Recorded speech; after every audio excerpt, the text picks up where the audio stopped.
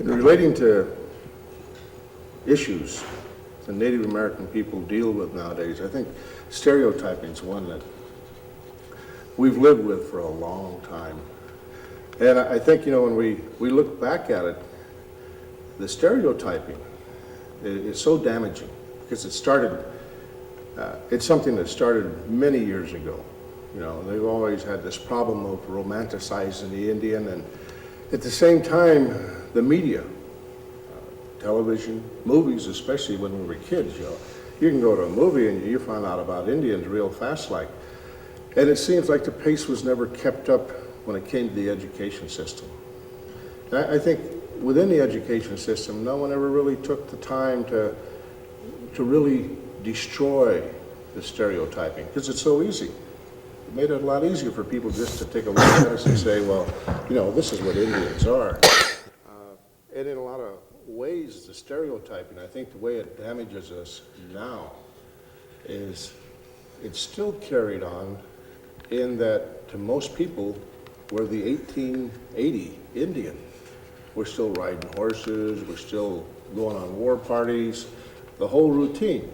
And we know it's not true, and you would hope that normal people knew it was not true also, whatever normal is. But somehow we can't escape that. And this stereotype, and they leave us in the 1880s, and that's the one where you saw the old Indian drunk in the bars, You never saw an Indian ride his horse into a bar and shoot up the lights and stuff like that, But the cowboy that did that, he always had to step over a drunk Indian with his horse to get into the bar.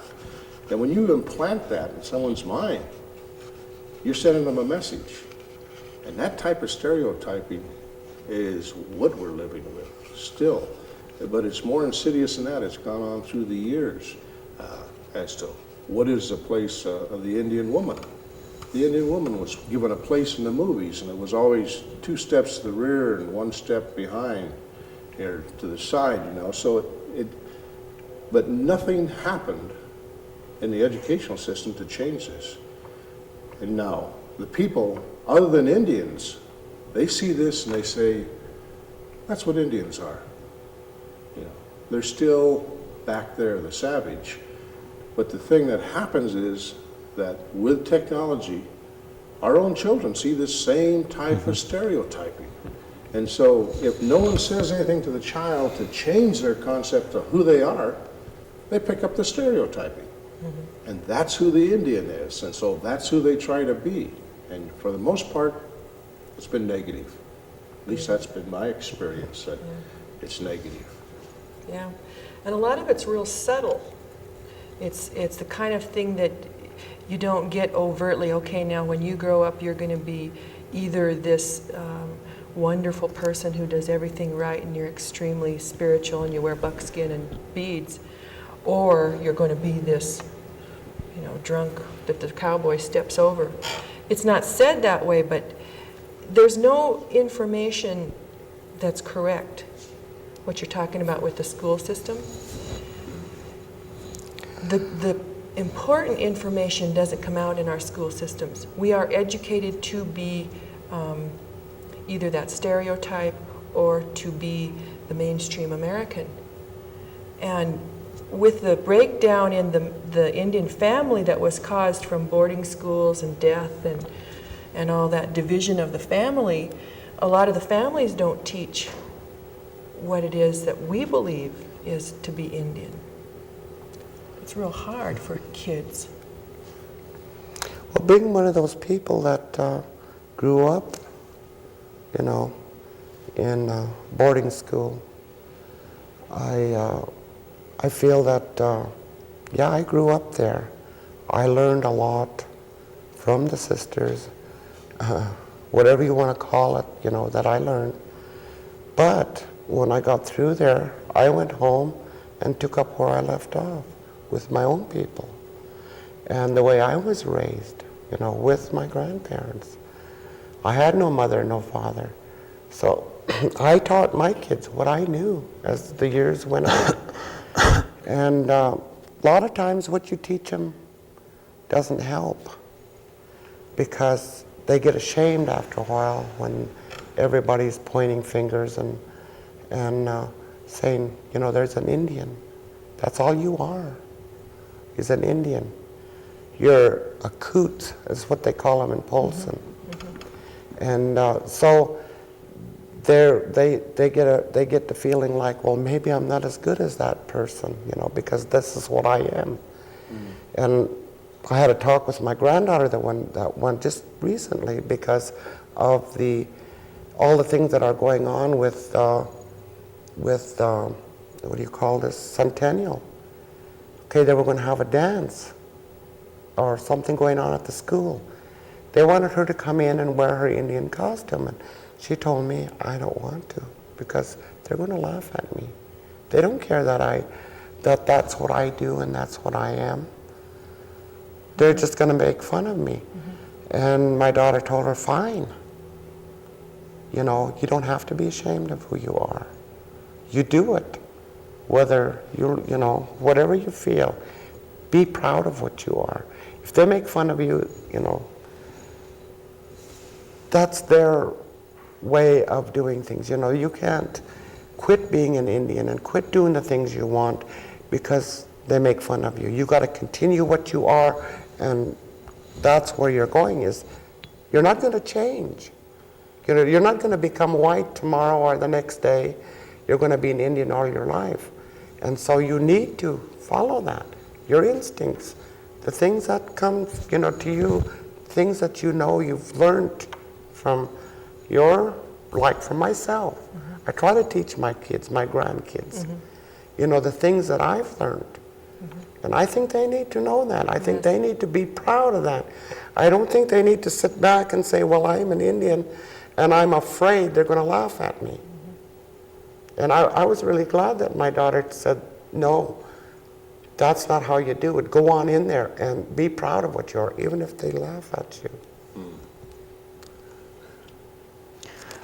When I think about stereotypes, I think I really internalized a lot of that. Things that Louise and Cathi were talking about, especially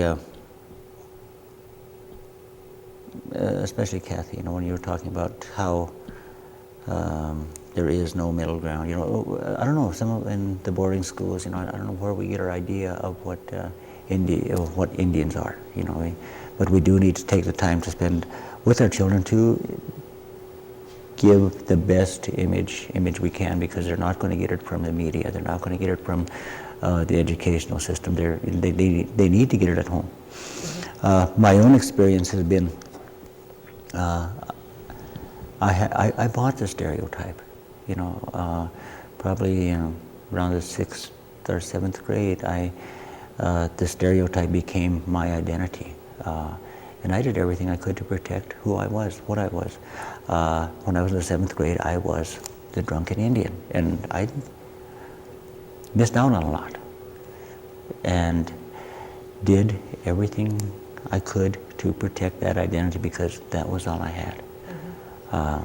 The same thing carried over in boarding school. You know, I just, like Louise, I graduated from a BIA boarding school, and as a result of that, you know, I realized I was lacking a lot, you know, and luckily, like Louise, had grown up with my grandparents, somehow some of that did filter through, and I, you know, kind of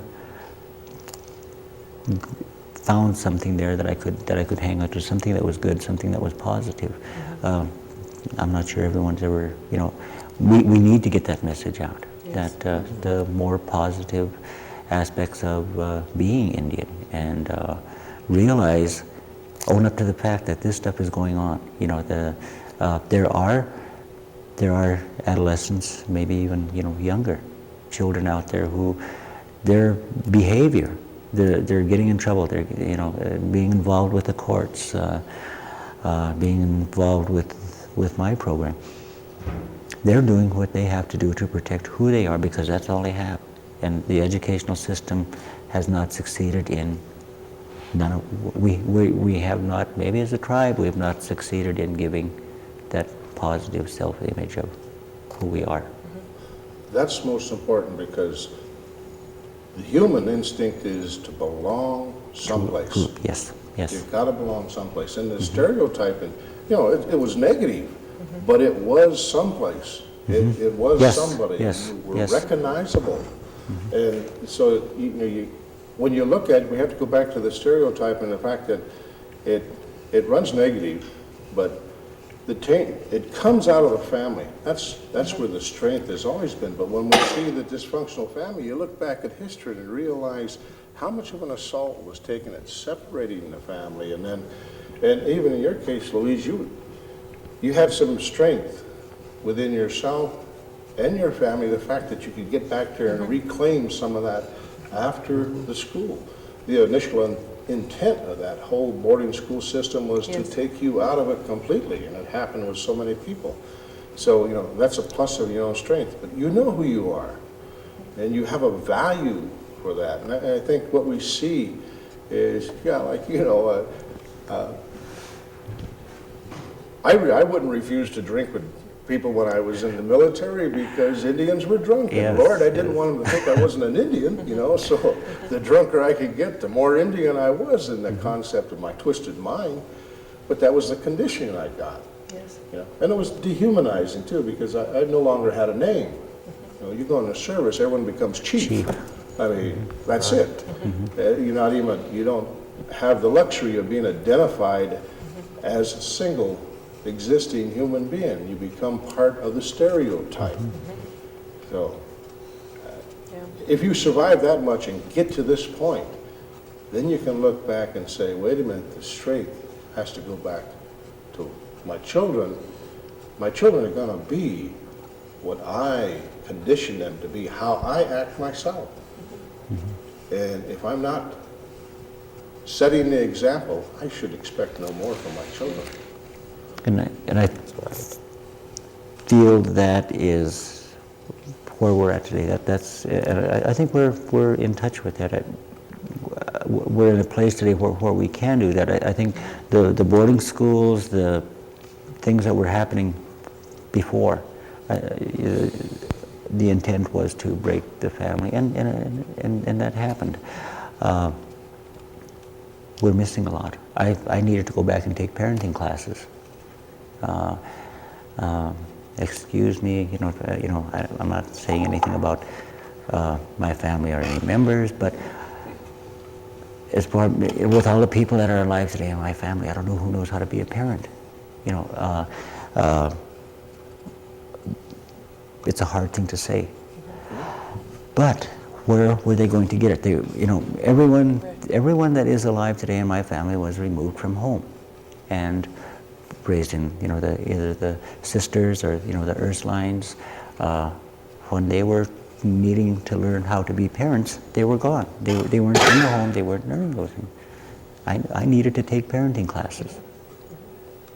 I think that's half the battle, is identifying what I need to do for my children. And I think where a lot of the trouble comes from is so much confusion and fear around, well, for instance, it's real interesting, you said that you could go home to your grandparents. And for me, my grandfather and my grandmother died when I was 7, but they were really active in our family. The thing is, they made a decision based on fear, excuse me, that their children would not survive if they taught them all those traditional behaviors and values. So my grandfather spoke both Salish and Kootenai. He also spoke French, and he knew sign language, He was the first chairman of our tribe after the Reorganization Act. And my father's generation got none of that. So it skipped a generation, and it's like now in my generation, and I'm real grateful. I was kind of angry with my grandfather, and I felt really bad for that when I talked to him that way. And now I'm real grateful because they did the best they could. They made a decision based on their understanding of what would cause their children to survive. And so now it's my decision, What do I do with my son?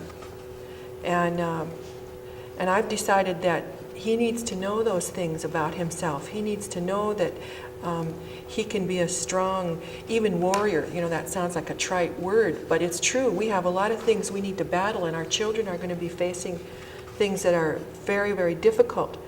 And so I've initiated a process for him to learn that, because he's definitely not going to get it at school. So I hope that I can pass to him the feeling that he can be comfortable and adequate and have all his giftedness and live in the white world that we have to acknowledge, with all the values and beauty and strength from the Indian people that we know. And we've had some incredible teachers.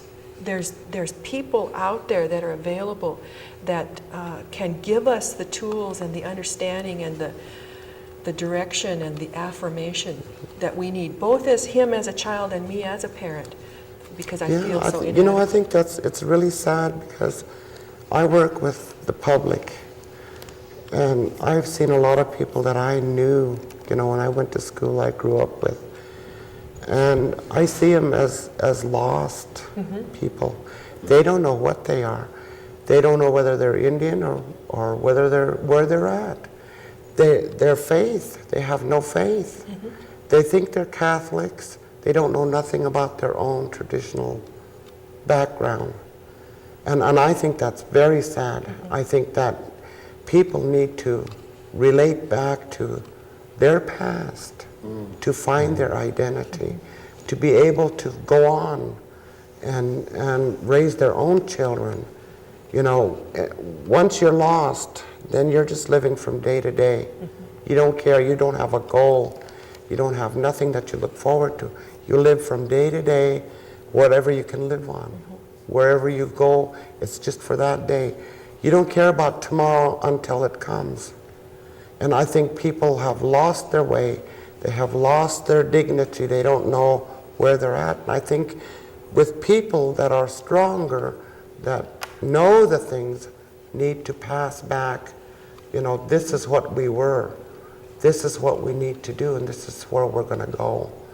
And I think parenting, learning, you know, from the past, how people took care of their kids, where they, you know, how they did look to next year or next 2 years, 3 years down the road, on where you're going to go and what you're going to do with your children, instead of just from day to day. You know, it's very hard. It's very sad, because a lot of people don't have no goals. They have nothing. They just sit from day to day. And we need to find something to help them with whatever. We need to stick together on that. I went to a program at Blue Bay last spring, I guess it was, and the title was, "What Does It Mean to Be a Salish or Kootenai Indian in the 80s?" And it was really useful, really helpful. And it also showed one thing that happens frequently when we get together and talk about this, is people, you know, in the midst of their fear and confusion, start to fight each other. And we don't always have the answers, and I don't know, sometimes I think we feel like it's a rigid, you know, ABC, 1, 2, 3, this is what it is to be Indian. And the thing is, that's not the way the original culture was. It was flexible, and it grew, and it's dynamic. And the thing with the stereotypes about, you know, if you don't do this, if you don't do that, you're not Indian, we don't need to do that to ourselves or each other. Sometimes I think of it in a funny way. What if we looked at the white people here and said, well, you don't drive a covered wagon, and you don't, you know, have roundups. You must not be a real American Westerner, you know, or whatever. And when you think of it that way, it's real humorous. But when people say to us, well, you're not really Indian, you know, we take it to heart, and we think there's something wrong with us. Especially if it's another Indian. Yes. I mean, that's, you know, sometimes we're That's our right. own worst enemy, and I speak not as an individual, but as tribal people, where we do more damage to ourselves. And, you know, it's like the most effective sword has two edges, and it's like this, the problem we're dealing with, the issue, it has two edges. Because if we recognize what the shortcomings are within ourselves and our people, then we've still got one edge we haven't even dealt with, and that is the perception of the non-Indian, of the Indian. And in this valley is a classic example, and they'll soft foot around it, but this is the biggest racist place that I've had the misfortune to have to try to deal with. And, you know, I think one of the classic examples is when I was chairman of the tribe. Now, you would think normally that the chairman of the tribe, his family has at least, well, you know, they're pretty nice people, you know, even if the old man is the chairman of the tribe. But people would stay away from my wife, Yes. who is a non-Indian. They stayed away from her simply because I was the chairman of the tribe, and they treated her like, you know, she started to say, you know, well, I might as well be a tribal member because they're treating me like they treat tribal members, which is they really put her down. And I think that's one of the issues we have to look at also is we're going to re-educate. We better start re-educating both sides Yes. because we live with that. I think that's, I guess, a couple of years ago went down, participated in St. Ignatius's Indian Awareness or Native American Awareness Day. When it was all over, they said, you know, what could we add to this? What could we? And my thoughts on the idea were, what you're doing is great, you know, this Native American Awareness Day. But to really get people comfortable with who they are, to really get at the root of racism, you need to have Irish Awareness Week, a German Awareness Week. Get people feeling good about who they are, then they don't need to worry about making themselves better than anyone else. The things, you know, these things that we can, you know, pass on to our children that we were talking about, you know, Cathi touched on it, you know, and I would like to drive home that point again, you know, when you were talking about, you know, survival, your grandparents' choices, the things they made, you know, they were aimed at survival, doing the best they could with what they had. And you know, people being, you know, lost, like Louise was talking about, you know, they are lost. But the thing about it is, and this is one thing I believe we need to pass on to our children, is we are going to survive. Yes. And we do have that belief that we are going to survive. Yes, our alcoholism is in our past, and that is, you know, maybe part of our identity, but we need to start looking at that. I thank God my parents, maybe they had to find alcohol. With all these other things going on, just this survival, staying alive, caused a lot of pain, resulting in alcoholism. Alcoholism, you know, they were taking alcohol to medicate that pain, to stay alive. They stayed alive long enough for me to be born. For that, I am very, very grateful. And we need to, you know, just instill that, you know, we are survivors. That's something to be proud of. And again, to encourage our children to be different. They're an identity of who an Indian is, what an Indian is, you know. I was talking with one of our elders, and we were talking about we were talking about medicine, is what we were talking about. And I said, you know, why? He was saying, you know, you need to go out and you need to be different, because when you're different, you bring different strengths to our circle. You bring, if everyone here had one song, and we came together to pray, and when we started to sing, we'd have one song, and then we'd move on to Louise, and Louise would sing the same song. But by being different, our lives are different. We bring different strengths. We can still be Indian and still be different. Yeah. Not only in the old ways, we were not only encouraged to be different, we were expected to be different, to bring different strengths into our tribe. We need to be different. Goes back to the strength of the old societies was always in the individual responsibility, Yes. the acceptance of the responsibility that they had to everybody around them. You know, and I think what you're saying, it's got a really beautiful point that we miss with our kids, that we miss with ourselves. And that is that when they say to be Indian, then they talk of the culture. And it's a culture that was needed at a time and space to survive. But all cultures are continuums. They always move and change. And because alcohol came into our culture, doesn't mean it has to stay in our culture. You know, one time the buffalo was in our culture, but it's no longer in our culture. It passes. Everything comes in and gives a reason for existence, and then change. And when we learn, you know, we learn lessons. And now I think the awareness is so strong, especially with alcoholism and culture and identity, all these things, that now it's slowly moving. It's slow, when I say slowly moving, it's moving on to another dimension. But that's the reason we've been around for thousands and thousands of years. We've always been able to adjust to the continuum. We need to continue adjusting. Yes. That, If we could believe that everything that happened to us was a message and for a blessing, if we can get those messages out of it and teach our children that we are here because of what was beautiful in our culture and what was strong and important that got us to here. And now we need to continue that strength and the beauty, and that will take us on. And we don't cry about, you know, oh, we're too pitiful, we don't have this, we don't have that. It's important for us to emphasize the things we do have and that beauty.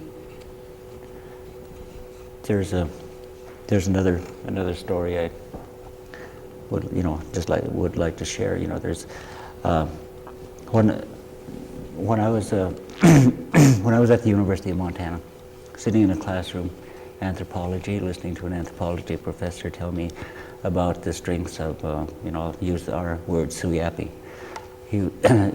They were saying that whenever any society comes in contact with the suyapi, the white people that live on this continent, their entire culture, language, religion, everything is gone within 3 generations, and they just absorb it. But and it hit me there, I started counting real fast in my head. I also took statistics and stuff too, so it fascinated me. But I came across, this is something that I understood. We met them 81 generations ago. 81 generations later, we are still able to go to a sweat house. We're still able to pray. We are identifiable yet, for whatever reason. We have survived 81 generations later, and I hope 81 generations from now that there will be some, maybe they won't even know who Ron or Louise or Cathi are, right? But we will be here, and we will be identifiable because we can survive. Yes. We are survivors. Well, I think that, if we look at stereotyping, and we know it's a problem, it's a valid problem, because it leads, the stereotyping of all the people, they lead to the other things. They lead to the racism. Mm-hmm. They lead to this total misunderstanding of what people are trying to do within themselves. And so if somehow we can bring a gift to our children, we can tell them that, stereotyping is a weapon that can be used against you. So let's correct it. Mm-hmm. Yes. So we have to correct it in all society, though, not just with ourselves. Mm-hmm.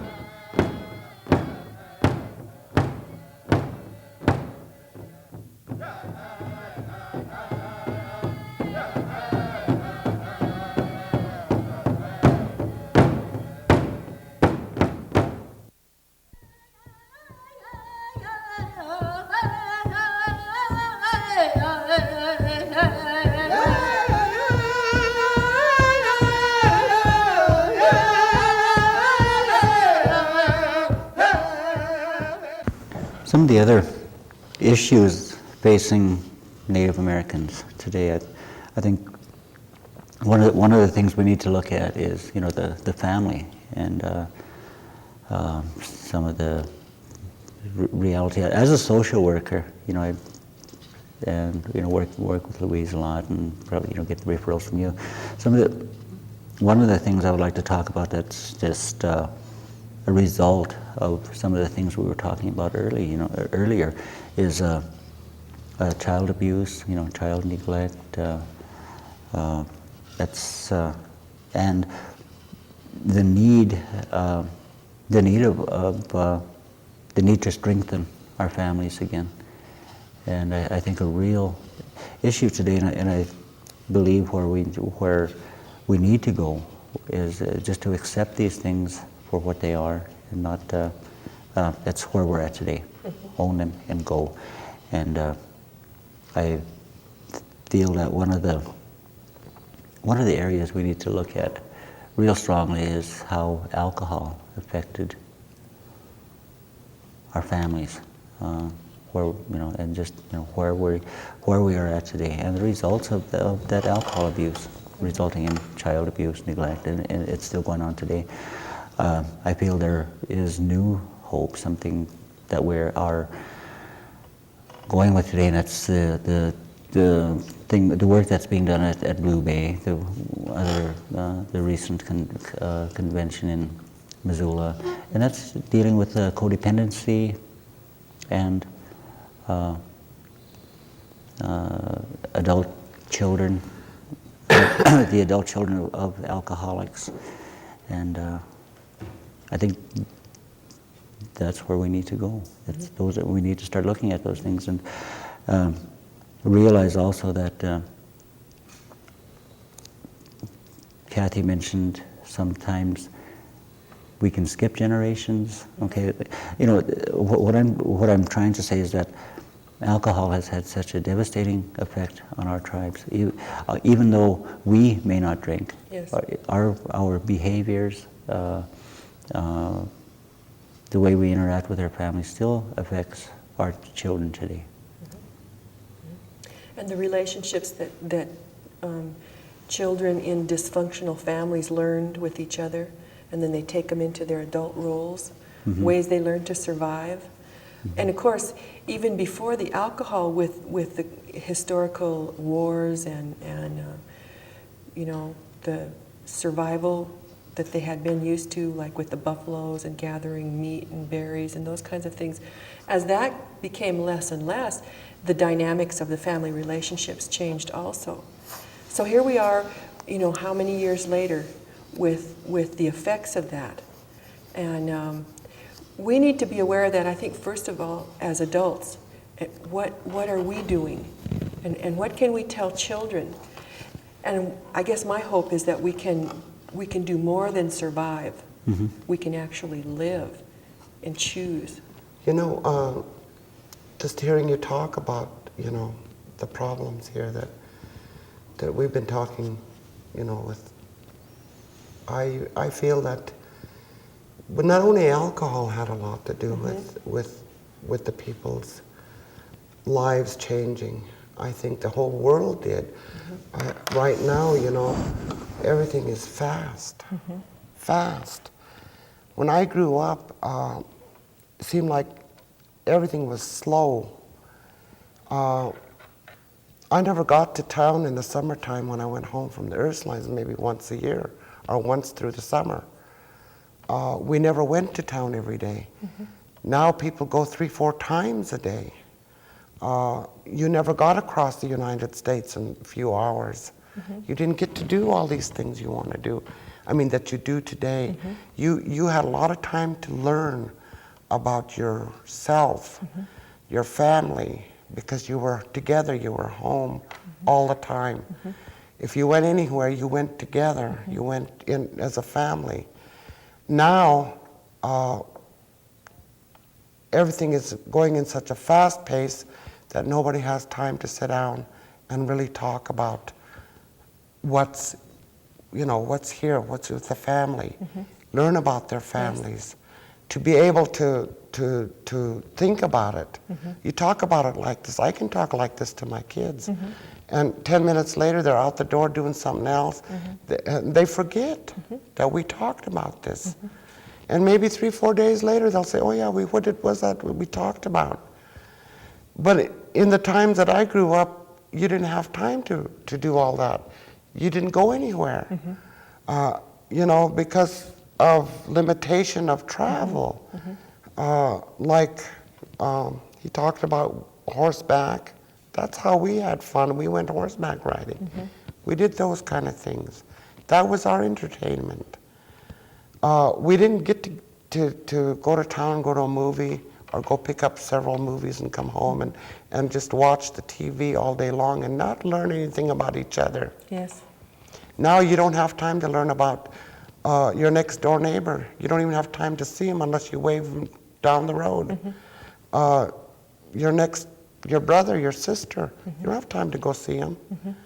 You don't have time to see each other. You don't have time to sit down. And I always tell my kids, when we sit down to eat, turn that TV off, because you know, we want to eat together and be together. This is the only time we're together is when we eat. I go off to work in the morning, my kids go off to school. We don't see each other until evening. We go home, we get home late because everybody's practicing, doing their thing. And I cook dinner and we sit down. When we're done there, everybody's rushing to do this and that. Then it's time to go to bed. We don't have time to get to know one another. Nobody has time anymore. Time is going so fast.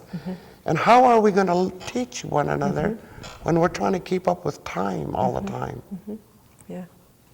And we've got to learn to slow down. Yes. To be able to stop in and see our neighbor, or stop in and talk to people and let them know that, hey, we still care. We're busy, but we're here. And we're here to be able to try and help you if we can. Or can you help me? Yes. I mean, you know, I think it's time. I think it's fast. I think it's too fast. It's getting away from us, and we don't know how to keep up with it. We're just too slow in our own ways, and we don't get to know one another, and it's just got out of hand. Along with some of the other things that we deal with every day. When you look at that, you know, just the things you were talking about, and you know, our children. When you were talking about, you know, the way we did things, the way we did things, and then you look at the, you know, the children today. You know, this fast pace, they are, you know, getting left behind. It's not, and a lot of it, I don't feel it's by choice. You know, a lot of us are raising single parent, you know, we're single parent families. We're raising our children alone. We need to work. You know, no one has that time, you know, to really spend with their children. They're in daycare. And things are different now, you know, for our children. You know, along with this fast pace and everything else that's going on too. You know, there are pressures that our children are under now that we live under as adults. That I think about, you know, my 7-year-old knowing, you know, about the nuclear bomb and, you know, asking, you know, really, you know, strange questions. You know, that's the pressure she has that, you know, we never had. You know, there are a lot of added pressures, and we need to seek help. Like, you know, Louise was saying, ask for help. We need to learn to do that. We need to ask for help, and that's real important. You know, we can have we can give workshops on child abuse. We can teach parenting classes. We can do all these things. Aimed at, but if we're out there alone and no one has time to do it, you know, it's not. You know, we need to, as parents, as members, as parents, we need to take time and ask for help. Yeah. Interesting thing about all this, you know, this feeling of being rushed, this feeling of being, you know, afraid to ask for help, you know, and all goes back to the stereotypes. I don't know enough, and if I ask them, will they make fun of me, or, you know, things like that. A lot of that is directly in relation with what it was to be growing up in an alcoholic family. I think this whole new understanding from alcoholism is only pointing out a lot of things that happened with breakdown of the family, regardless of what the issue was. The same kinds of trauma existed in families that, you know, somebody died, either disease or warfare or whatever. And when that family started to break down, you know, a lot of fear was involved, a lot of isolation, feeling like maybe nobody understands what I'm going through, you know. And so here we are with several generations now from this type of trauma. And we need to go back both and learn from those things that were good in the traditional culture, and also come forward and find the new things that are being learned. And yes, and ask for help. Especially like when you talk about, you know, being a single parent. One time I heard that it actually takes 4 adults to raise 1 child. And here we are, many of our families with, you know, 2, 3, 4, 5, 6, 7 kids, 1 adult. And we forget that there are other people out there that really would be willing to help us. But, you know, a lot of people won't step in and say, hey, it looks like you need some help, you know. They're afraid of being rejected too. So we end up with trying to do everything. You know, there's a lot of talk about the women in working and trying to be mothers and trying to be, you know, career ladder types and things like that. It's the same for all of us. We're trying to juggle all these things and nobody's perfect. And it's just like what we were saying about our own parents and grandparents. They did the best they could.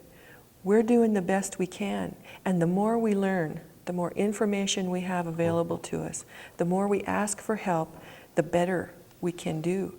And then we can model that for our children too, that they would be willing to ask for help. First of all, to acknowledge that they're having feelings that, you know, they're afraid or they're sad or they're having trouble. I know school has a lot of hard times. I know my son comes home a lot feeling, you know, different ways. And here there are 23, 25, sometimes 30 kids in a classroom, and we expect the teacher to be able to, you know, relate well to all of those. It's impossible. And then along with it, you know, what you were talking about, time and spending so much time in front of the TV, there's all kinds of those technological things that our children spend time with, video, you know, games. And I don't think they're learning a lot of the natural lessons from, you know, ants, flowers, trees, and the wind, you know. They're not learning a lot of those things that could be so helpful to them, could give them a lot of strength. I would like for my son to know more of that, to, you know, to understand that everything can teach you. That if there's a bird or an animal that seems to be acting differently or catching his attention, that he could learn from that. I don't know how to do that, how to make those natural lessons more available. I wish it was in the school systems more. I wish it was earlier, even, you know, in the daycares. A lot of times we don't give enough credit to early childhood teachers, people who spend time with young children. Maybe we need to understand them better and understand what they're doing, how important it is. Yeah, I think you're right. I think it's going to be hard to be able to reach other people, or you make it hard for them. You know, by being busy. But like you're talking about single parent, because we're all single parents sitting here, and we all know Isn't that interesting? What it's like to be able to leave work and rush home and do all the things you need to do to end the day. And you're not even finished with your day. I mean, you know, but it's the end of the day. There's nothing more you can do. But we're all rushing everywhere we go, and we need to find, and we need to find ways to be able to take care of our families and be able to sit down with them and have a day with them. Weekends are the same. You go to work, so you wash clothes. You clean your house, do the best you can around there so you can get ready for Monday. Kids are rushing around because they got to go back to school on Monday. Late games. I can see all the rushing going on and no learning for not just myself, for the people out there that are single parents that need to have somebody they can turn to. They have nobody maybe.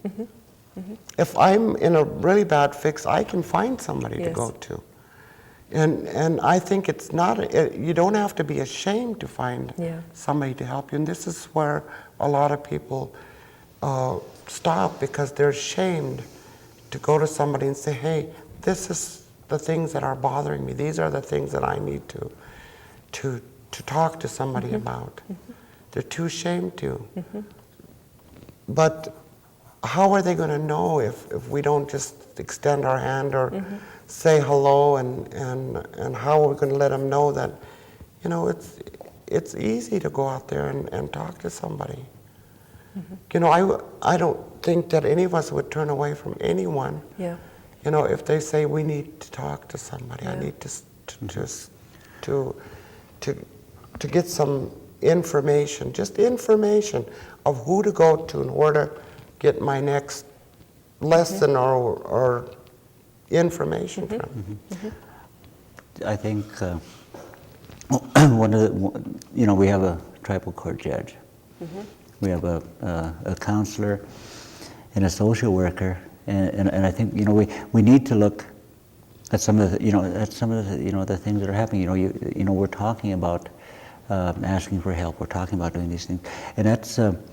You know, we do today. You know, we have our work cut out for us. You know, if there's going to be any changes in the future, you know, in my job, one of the things that I see today, and one of the things that I would like to change, is our asking for help. I mean, it scares people. It scares people to ask for help. Historically, you know, we've when I decided to go and seek a degree in social work, I did it with this attitude. I made this statement. I want a degree. I want to get a degree in social work, but I will never accept a job as a social worker, because my idea of a social worker was, you know, wasn't very good. You know, if you ever had any dealings with social services, if they ever had to do anything with your kids, you'd never see them again. That's the old ways, you know. We're looking towards the future. I believe our image is changing. I think now we are looking at, you know, some things where we can, you know, step into a family, do an intervention, and help. Maybe people aren't asking for help yet, but there is help out there. There is help, and we need to change. That's one of the things I see our agency is needing to do. We need to change that image. You know, we do not take children and, you know, you never see them again. That's old, you know, bureau policy. That's one of the things that I can see in my job that I can change, hopefully to make a better future for help in improving the future of our children, and, you know, working with the courts and with everyone, you know, help, you know, getting that idea across that it's okay to ask for help. One of the things I've really enjoyed in the job that I'm doing is teaching classes, and I ran across some information that really grew for me, and the name of it was Warrior Values for Today. And the man had taken the ideas that were in the old culture and talked about how you can do those same things today in everything you do. And I really like to tell that to young people and say, you know, you can be honest, you can be courageous, you can be respectful, you can be thoughtful, and go into yourself and go into the world and look for those answers that you need in the same ways that the old people did it. And I see a real, you know, light in their eyes when I talk about that, because most of the kids have at least one adult that they can look at, somebody who told them things that they connected with. Yeah. And so when they see that information being taught in, you know, a college classroom. It's like they open up and they say, okay, I can understand this. I can be who I really want to be and be a better person in this society. And I would like to, be able to tell that to even young children, to say, your background, your heritage is beautiful, it's rich. It has things that the whole world needs to know, things that you could be a teacher, both to yourself first, and then maybe to the other people, so that we could take those beautiful cultural understandings and the learnings that came from those times that were peaceful and good for our people, and then apply them today.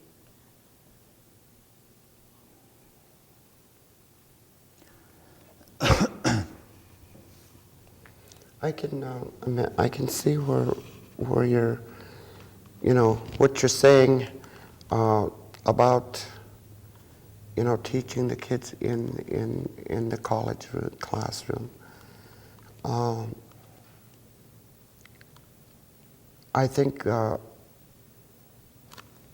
Ron touched on it this morning earlier, a little bit about where you learn and where you learn your traditions, where you learn to do these things, and I agreed with him because he says you learn it at home. But if you don't have it at home, then you need to go to a classroom, I guess, in order to get started, or go to somebody and find out. But you're not going to learn it by, just trying to keep up with the world and every day rushing around and like we do. If it's not at home, then we need to make a place for them to go. And if you're trying to do that, then I think that's a good thing for them to do. If the parents can't go and ask for help, then the children at least have somewhere to go to get the help, that their parents are afraid to ask for. But it's going to be very hard for the children because of the environment at home is different. You can't bring a child can't go home and say, well, this is what I learned about all, my grandparents in the past. And their parents will laugh at them and say, where did you hear that? I mean, it's very hard for this child to be able to learn this and to be able to keep up with it. Because what you learn at home is what you're going to be, and what, you've got models right there you're watching every day, and what they tell you every day is what you're learning. When you become a parent, you're going to be exactly like that person that you watch every day. Your models are your parents. And so it's very difficult for a child to zero in on, this is what I want to be, and then become that, because when he brings it home, he's going to get laughed out just like in the schoolroom. So what do we do to zero these kids in and keep them going? You have to kind of let the parent know. And how are you going to tell the parents when they can't even come to you and say, I need help? There's so many social programs, I think our tribe is really concerned and careful about our human resource, It's hard to say, well, you start with the kids, forget the old people, forget the parents, the uncles and aunts, they're already gone, and we're going to concentrate on the kids just because of what you're saying. They're still connected with those people. And so then we say, well, we'll have to leave the kids and start with the adults, well, They all got to go together. The idea of the circle, it seems so simple and easy, but it's so important. All of us are in this together. And sometimes we leave out the kids. We think, okay, well, we're the adults, we're the programs, we're the professionals, so we're going to set up all this stuff to make the life the way it's supposed to be. Our children have ideas too. I have a friend who says she keeps remembering to go back and listen to her children. A lot of times they will teach her. And I heard another time that children are born to be teachers. The boys are teachers for the mother, and the girls are teachers for the father. A lot of times we don't give our children that credit to be our teachers. So there's a lot of things that we can put together, you know, all the way from the tribal council through the programs to the schools to the homes to the daycares, you know. I think, again, I keep going back, you know, to just some of the healing that's going on now, aimed at families, aimed at the entire, you know, just aimed the healing that's taking, it's happening. It's happening today, and we need to keep that focus on the families, on our strengths. That's if anything's going to do it, you know, it will be the families. You know, some of the things we're talking about, you know,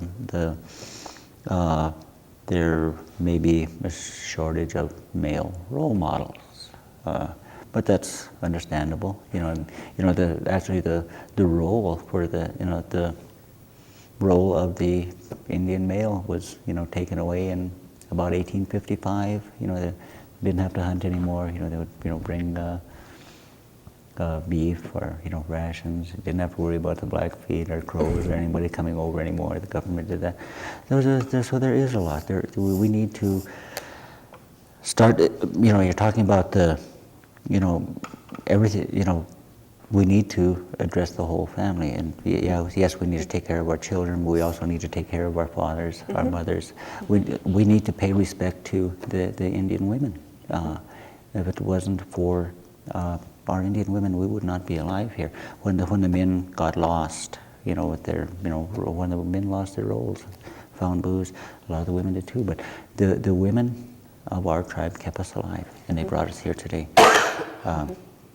And through that, you know, there was some hurt there too. So we need to, you know, aim the healing at all members of our family, all members of our tribe. And I really think that the spirit that's found in the adult children of alcoholics program, that organization, looking at codependency, that spirit is something that is.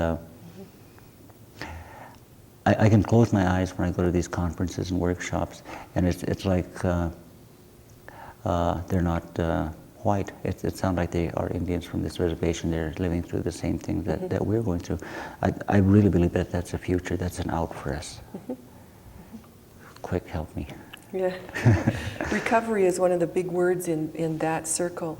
And what I see it is, we need to recover the beauty that was in our cultures and do away with the damage.